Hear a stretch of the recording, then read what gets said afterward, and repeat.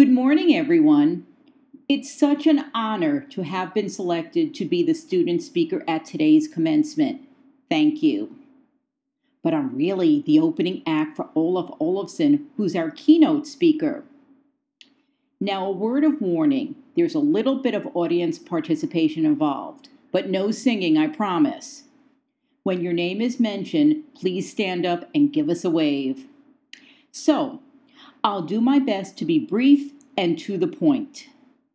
Let me get the thank yous out of the way first so we can all move on to the reception after we grab our diplomas and make a run for it. Thank you, Dr. Kim Hartswick, Academic Director of the CUNY BA program. No more emails from us. And thank you, Eduardo Marti, Vice Chancellor for Community Colleges. Thank you, too, Provost and Senior Vice President of the Graduate Center, Chase Robinson. You'll see me in the fall. And members of the University Committee. Thank you, Thomas W. Smith, for establishing scholarships. And a great thank you to every faculty mentor, including my own, Professor Jeff Allred. He deserves an award. He put up with me for 8 years. So, let me begin. Today, we celebrate the individual. This is really what the CUNY BA program is all about. We're here today because we are different. We didn't follow the usual route of getting our college education. Instead, we designed our own programs and created our own schedules. Each of us sitting here today has the discipline and the creativity to discover what really works best for us. No two majors are alike, and neither are we.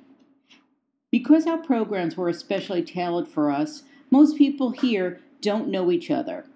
I only know one person, and that's Mark Biddy. Mark, give us a wave.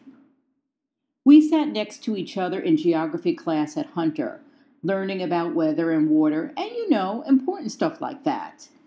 Mark knew every answer. All I can recall is that the professor's name is Henry. He lives in Jackson Heights. His parents owned a hardware store, and he was trying to lose weight because he needed some sort of operation.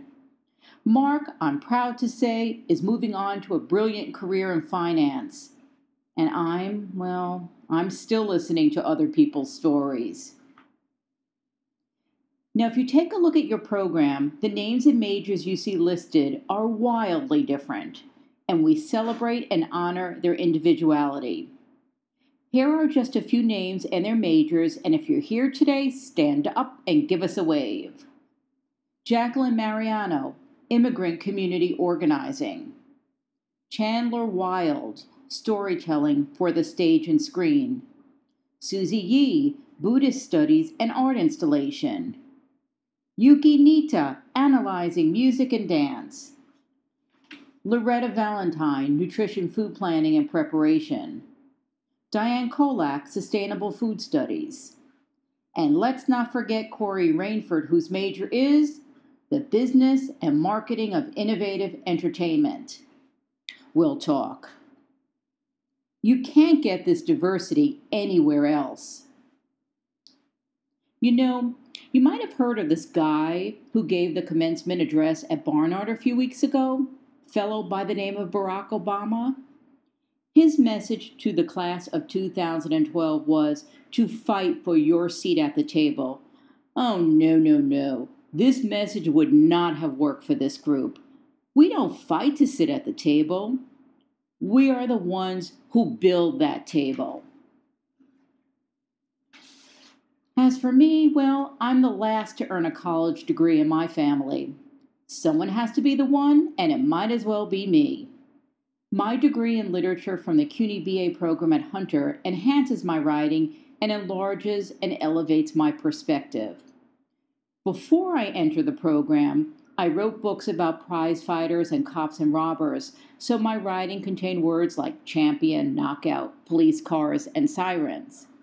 Now, after 8 years at Hunter, you can find words like Venn diagram, that's the MasterCard logo, allegory, alliteration, parable, and antediluvian in my vocabulary.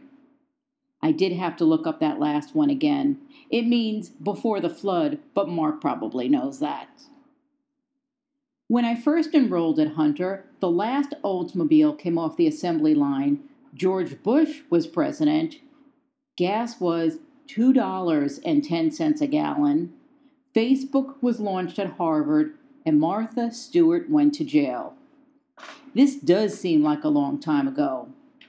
And regrettably, the cost of tuition and candy in the vending machines went up. There's one thing I'd like to pass on after 8 years, and that's perseverance. And along with that lesson of perseverance, and for my grand finale, I'd like to share a quote with you from Ralph Waldo Emerson. Do not go where the path may lead. Go instead where there is no path, and leave a trail. Thank you.